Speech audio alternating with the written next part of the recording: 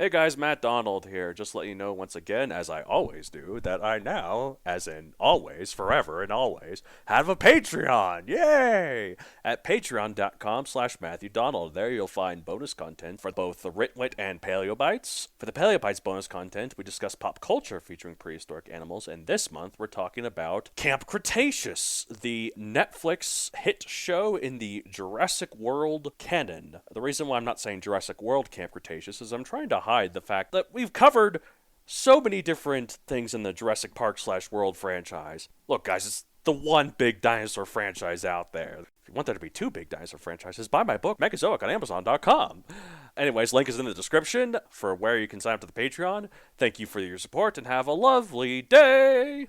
Also, this week, we at Paleo Bites have a special announcement. Cross-promotion! You should go check out the podcast I Know Dino from fellow paleo fans Garrett and Sabrina. This is currently the world's biggest dinosaur podcast, so that's pretty cool. Every episode, they cover the latest scientific discoveries, fun facts about dinosaurs, and a deep dive into a specific dinosaur. Way more deep of a dive than we do here at Paleo Bites, but different shows for different folks. But it's really good stuff. It's so informative. Like, a new dinosaur is discovered and named pretty much every week, and I Know Dino is the only podcast which covers every new dinosaur discovery. Every new one. That's crazy. How do they do it? But they're so good at it. They're a really fun and informative show. Very science-based. They promote critical thinking when new claims are presented about dinosaurs, like what did Spinosaurus use its sail for? Were T-Rex's arms really useless? Did Dilophosaurus spit venom? It didn't. They know that studying dinosaurs teaches us about many other scientific fields, like how our mammal ancestors rose to prominence following a mass extinction, just like dinosaurs, migration patterns of dinosaur lineages, and every episode it ends with a fun fact. For example, dinosaurs continuously grow replacement teeth, which is pretty cool. I'd sure like that ability. No, I don't. I'm not nearly physically active enough for that to be an issue. Still be cool, though.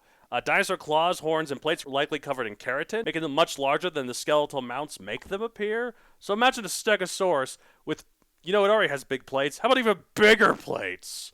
Like, so big! They could fly with those things if they flapped them. No, they couldn't. Yeah, it's good stuff. So check out the I Know Dino podcast. Go to iknowdino.com to find their main website. They've got well over 300 episodes. But yeah, they're really great. Thank you so much, I Know Dino, for this opportunity. Go check them out. They're much more educated than I am. Roar, growl, snarl, bellow. Welcome to Paleo Bites, the podcast that belongs in a museum. My name is Matthew Donald, and each week I am a rotating series of guest co-hosts talk about and rate a genus of prehistoric animal, be it dinosaur, mammal, arthropod, and so on.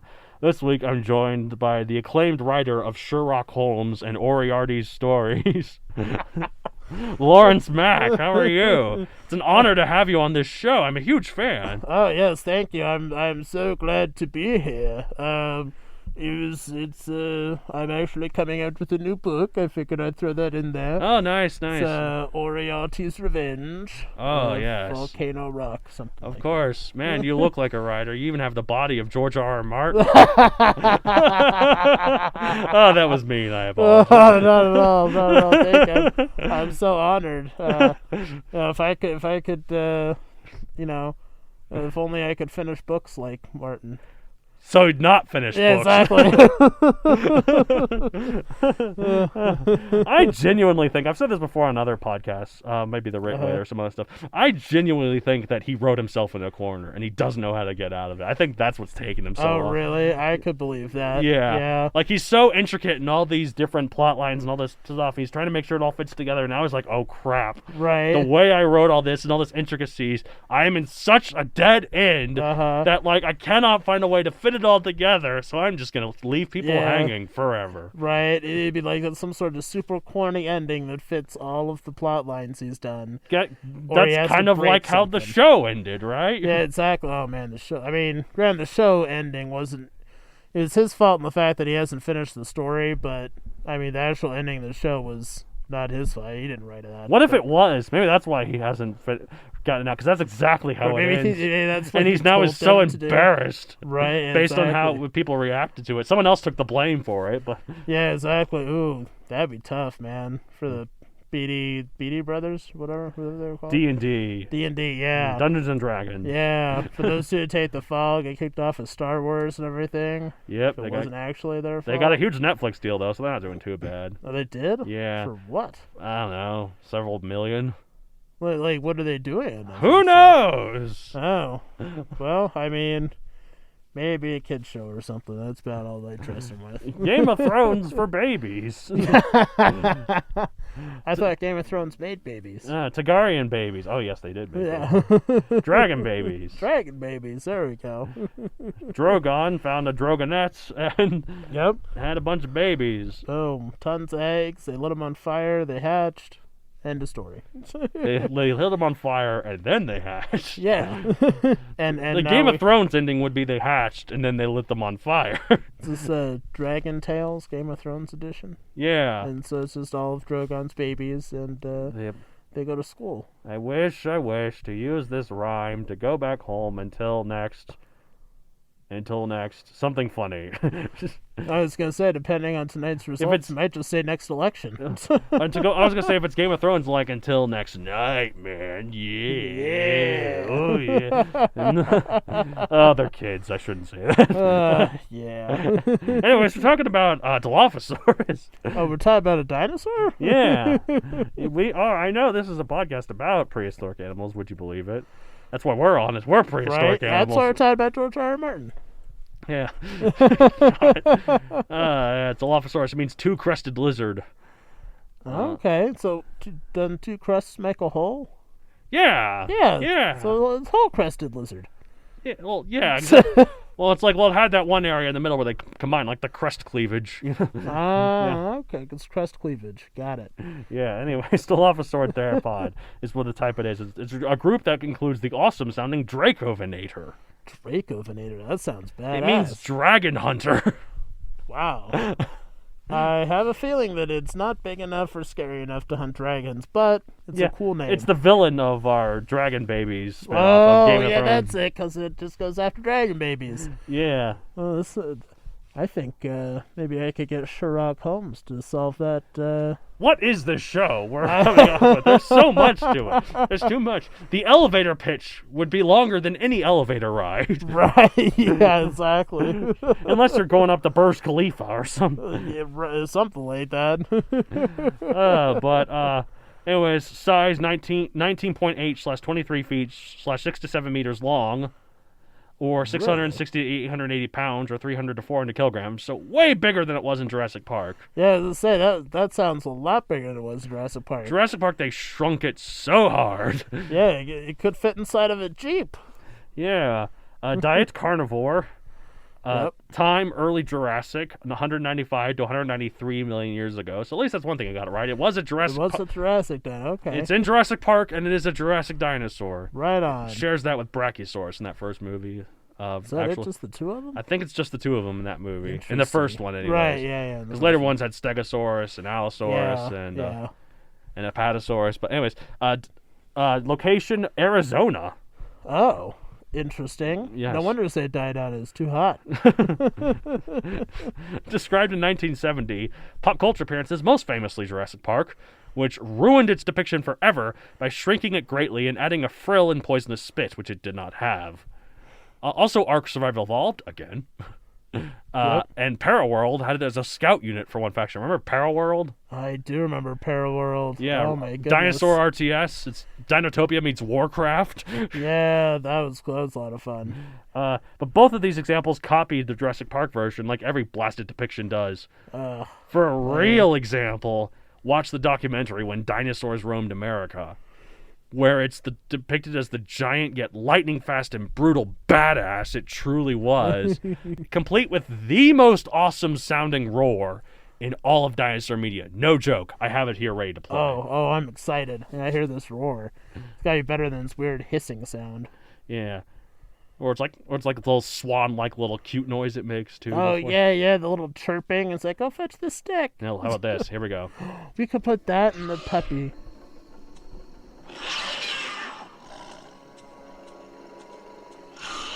Yeah, I'm running away.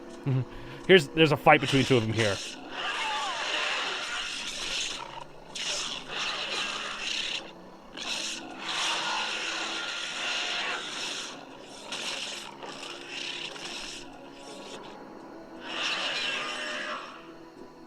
And you said up to 19 feet tall? 19 feet long. 19 feet long. But still, that's like bigger than a bear. I'm gonna go full SpongeBob meme. I'm gonna head out. Goodbye. Gotta run away. Oh, I love that roar. Like the rest of that documentary, they just use like standard pig noises and lion noises and other stuff for animals. But they're excited for the Dilophosaurus. They're like, no, we're gonna make something special here. Right? Somebody made a good call. That was an awesome roar. Yeah. For sure. So Dilophosaurus was the biggest dinosaur carnivore yet when it first evolved, being the first one to reach such a monstrous size. While dinosaurs got plenty big in the Triassic, with Plateosaurus in particular reaching up to 35 feet, / 10.5 meters long, and 4 tons, none of the Triassic carnivores were anywhere close. The biggest one was probably Liliensternus, which could maybe reach up to 17 feet, / 5.2 meters long, if it was doing a lot of push-ups and ate a lot of protein shakes. And that's still quite smaller than even the smallest estimate of Dilophosaurus. Yeah. Wow. So Dilophosaurus was a big boy. No kidding. And the fact it was the largest known land animal in North America at the time. Wow. Yeah.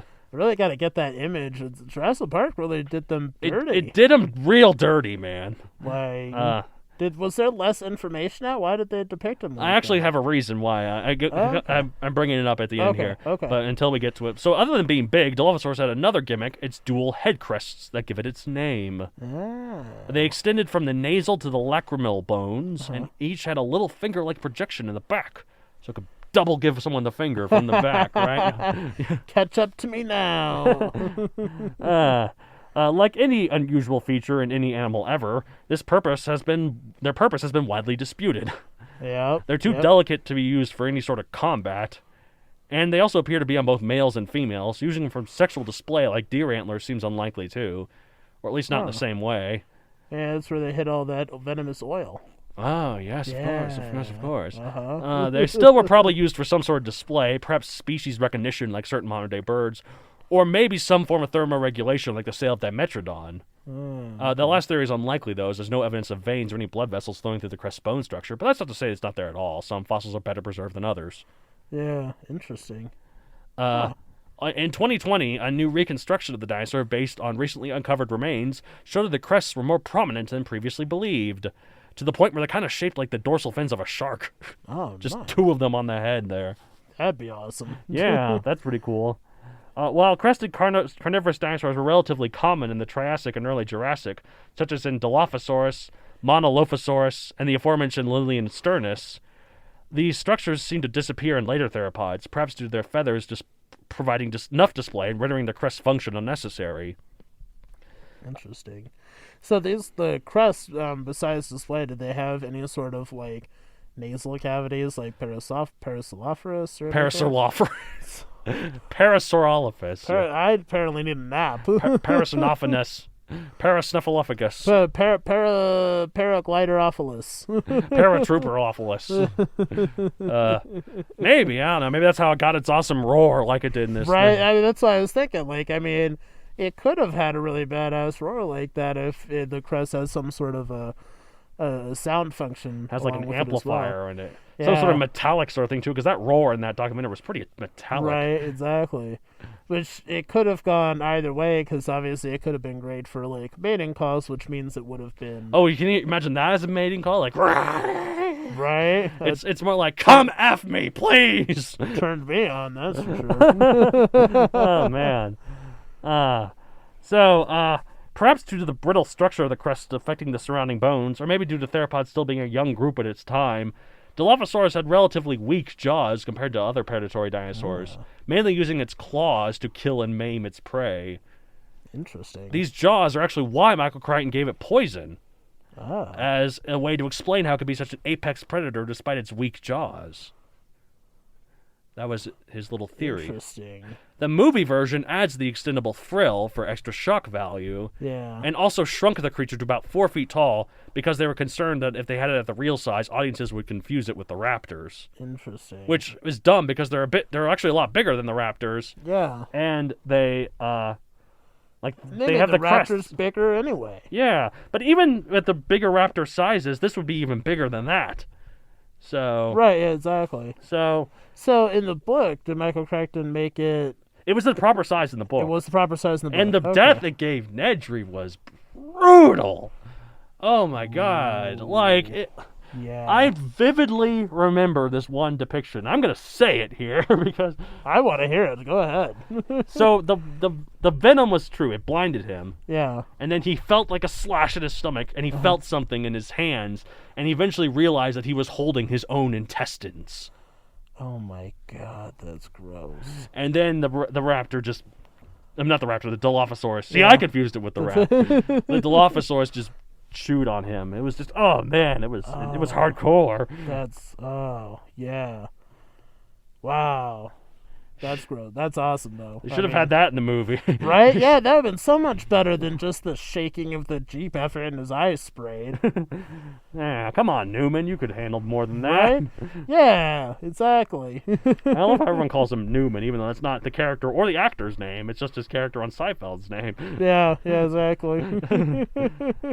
Anyways, so while we can't completely rule out the poison, particularly if it was more akin to the bite of a Komodo dragon rather than something like it could spit, like in the movie, the frill would have had evidence in the bones.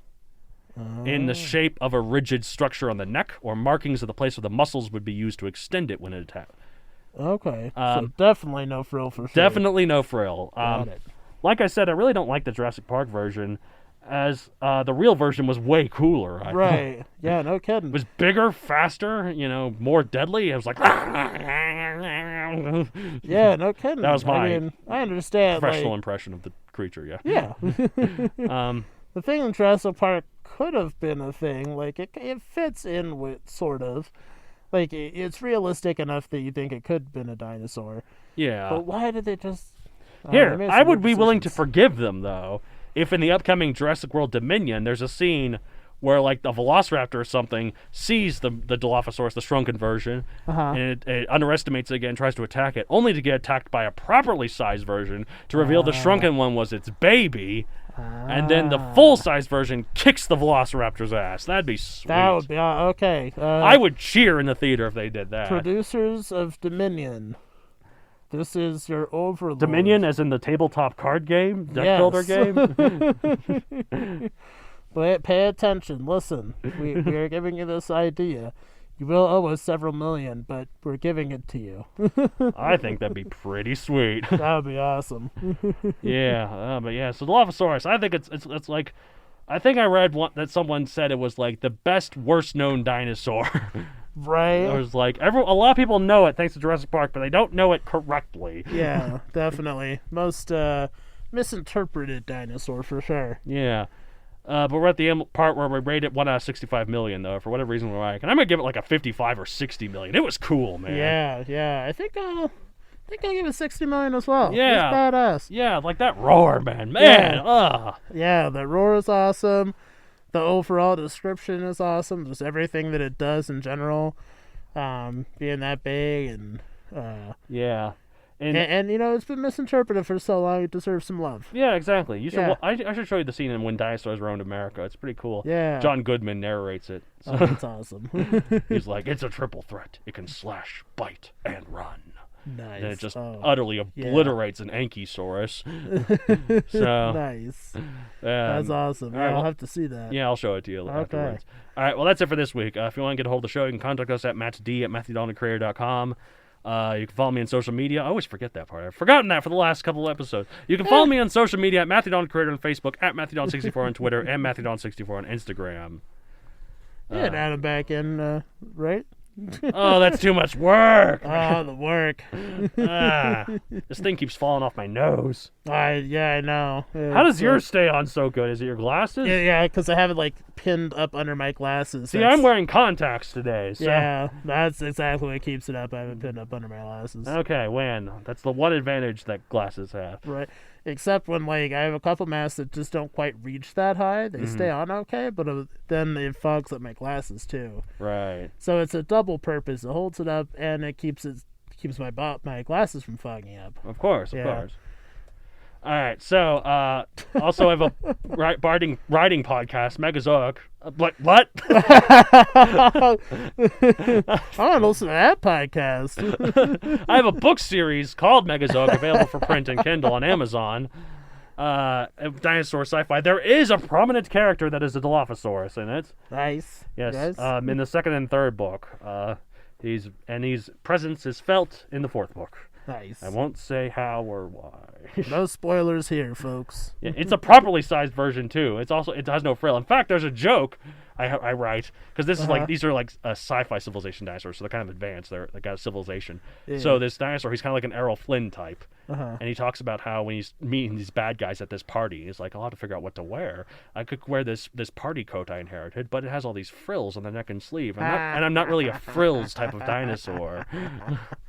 That's amazing. I love it. Thanks. So I also have a writing podcast called The Ritwits. Two twits talk about writing. I thought that was the name of your book.